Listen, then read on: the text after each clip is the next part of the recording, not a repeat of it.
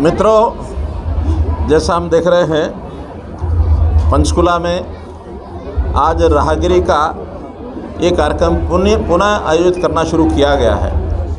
कुछ वर्ष पहले यहाँ, न केवल यहाँ बल्कि हरियाणा में सभी शहरों में राहगिरी के कार्यक्रम शुरू हो गए थे, लेकिन कोविड की उस महामारी के कारण से ये राहगिरी के कार्यक्रम स्थगित करने पड़े थे। अब पुनः दोबारा से इसको शुरू किया गया है और बहुत एक उत्साह के साथ पंचकुला के नागरिक, उसमें विशेष तौर पर युवा वर्ग के साथ ही, चाहे स्कूल कॉलेज गोइंग बच्चे हैं, चाहे कॉलेज गोइंग स्टूडेंट्स हैं, उनमें बड़ी संख्या में भाग लिया है और अलग अलग विधाएं वो अपनी यहाँ दिखा रहे हैं। उन विधाओं से न केवल जनता का मनोरंजन होता है, बल्कि जो करने वाला है, जो करता है, जो एक्टर उसमें है, उनके भी जीवन में निखार आता है, अपनी विधा को आगे बढ़ाते हैं। तो मैं तो यही चाहूँगा कि समाज जीवन के अंदर बहुत प्रकार की काम करने की आवश्यकता है। बहुत समस्याओं को दूर करने के लिए इस प्रकार की विधाओं का अपना उपयोग है। चाहे किसी का वो मानसिक तनाव है, चाहे किसी के शारीरिक बल को बढ़ाने की बात है, चाहे किसी के ज्ञानवर्धक चीज़ें जो उसके मस्तिष्क में ज्ञान के रूप में आती हैं, इन सब चीज़ों के लिए ऐसे ऐसे कार्यक्रमों का बहुत उपयोग है। और एक सामूहिक जीवन, क्योंकि आज एक ऐसी वृत्ति बन गई है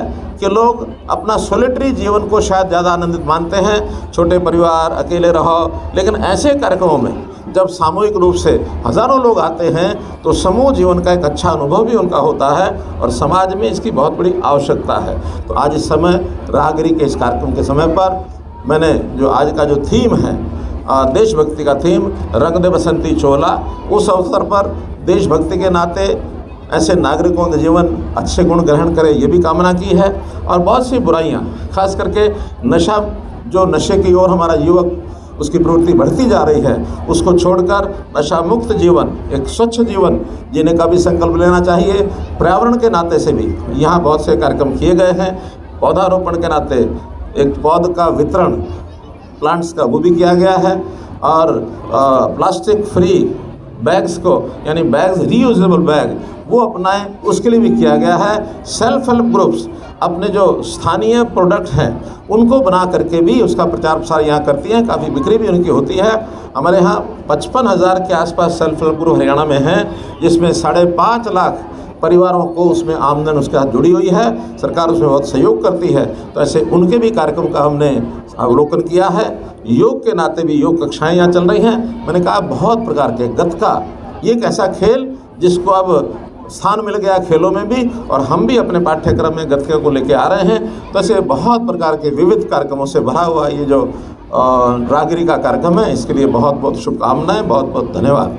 साइक्लोथॉन भी आज आपने शुरू किए सर, जो साइक्लोथॉन आपने साइकिल के जरिए जो है वो यहाँ पर पंचकुला एंटर किया राहगिरी कार्यक्रम में, इसका क्या मकसद, कहाँ तक, कितनी, कैसी रहेगी सर ये यात्रा? और दूसरा सर, ये जो यहाँ पर तमाम जो स्टॉल लगे आपने जाकर देखा है, आप ये मानते हैं कि इस तरीके के जो कार्यक्रम है वो जिला स्तर पर प्रशासन और वो हर रविवार को आयोजित करते जाए? आपने अपील भी की है, लोगों से भी अपील की आपने? जहाँ तक साइक्लोथॉन जो 1 सितंबर से पूरे हरियाणा के लिए करनाल से शुरू हो रही है, प्रतिदिन हज़ारों की संख्या में वहाँ जो साइकिलिस्ट हैं वो साइकिल चला करके संदेश देंगे। और संदेश का थीम है नशा मुक्ति, यानी नशे से दूर रहना और मद्यपान से भी दूर रहना, तरह तरह की जो ड्रग्स लोग लेते हैं उससे दूर रहना, जीवन को कैसे स्वच्छ करना। उसमें हमारे जितने डिपार्टमेंट हैं उनकी भी हिस्सेदारी है, सामाजिक संस्थाओं की भी हिस्सेदारी है, विशेष तौर पर पुलिस के विभाग की उसमें विशेष हिस्सेदारी है, क्योंकि एंटी नारकोटिक्स ब्यूरो जो हमारा है उनको भी ये दायित्व सौंपा गया कि समाज को जागरण करें और जो इस प्रकार के स्मगलर्स हैं, जो विक्रेता हैं इन दवाइयों के, उनके खिलाफ कार्रवाई भी करें। तो ऐसा वो कार्यक्रम 1 सितंबर से शुरू होकर करनाल से शुरू होगा, हरियाणा के हर जिला केंद्र पर जाएगा, 2 या 3 स्थान अन्य भी होंगे। तो ऐसे 25 दिन की वो यात्रा, साइकिल यात्रा पूरी होगी। यमुनानगर में उसका समापन होगा। कोई जिला केंद्र उसमें छोड़ा नहीं जाएगा। उसका रूट प्लान मोटे रूप से बन गया है, फिर भी फाइनल करके आप लोगों को दिया जाएगा। इसी प्रकार आज जो विषय आपने कहा है, अलग अलग स्टॉल के ऊपर जा करके, जो खास करके सेल्फ हेल्प ग्रुप्स के बिक्री के स्टॉल हैं, हमने पीछे घोषणा की है कि ऐसे लोगों की बिक्री को प्रोत्साहन देने के लिए हर जिला केंद्र पर अभी हमारा अर्बन लोकल बॉडीज़ डिपार्टमेंट 50 से लेकर 100 तक कोटा केबल बनाएगा और वो कोटा केबल दिन के हिसाब से कोई 1 दिन 2 दिन 3 दिन जितने दिनों ने उन्होंने आकर के अपने सामान को बेचना है, ऐसे वो एडवांस बुकिंग के आधार के ऊपर एक बाज़ार टाइप जिसको हम साझा बाज़ार कहेंगे, तो साझा बाज़ार में अपने अपने प्रोडक्ट्स को ला करके बेचेंगे और अगर मांग बढ़ती है तो उसके बाद उसका विस्तार करके और भी कोटा केबल बनाया जाएगा। बीटेक की क्लासेस शुरू हुई है, बीटेक की क्लासेस कल से आरंभ हुई है पंचकुला में और फोरेंसिक यूनिवर्सिटी की बात आ रही है, उसको लेकर क्या कहेंगे? नहीं, क्लासेस शुरू हुई हैं, अच्छी बात है, लेकिन ये बीटेक की क्लासेस को कौन सी, आप कोई पॉलिटेक्निक की बात करें, किसकी कह रहे हैं? पॉलिटेक्निक कॉलेज में, हाँ, पॉलिटेक्निक कॉलेज में जहाँ कहीं हमारे पास इंफ्रास्ट्रक्चर था उन क्लासेस को, शायद 3 ऐसे कॉलेजेस हैं जिनको हमने पॉलिटेक्निक को भी बीटेक क्लासेस के लिए एक प्रकार से चयन किया है और वहाँ उनकी क्लासेस शुरू कराएंगे।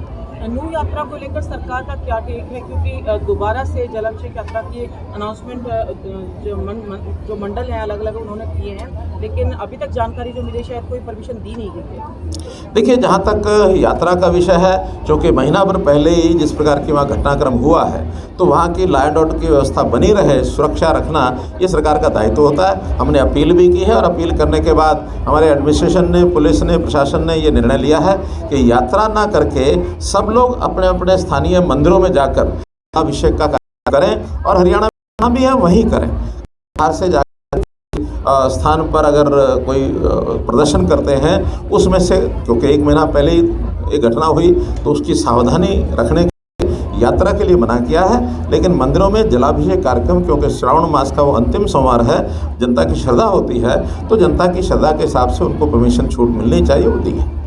छेड़छाड़ मामले में मंत्री को बर्खास्त करने की मांग एक बार फिर से उठ रही है।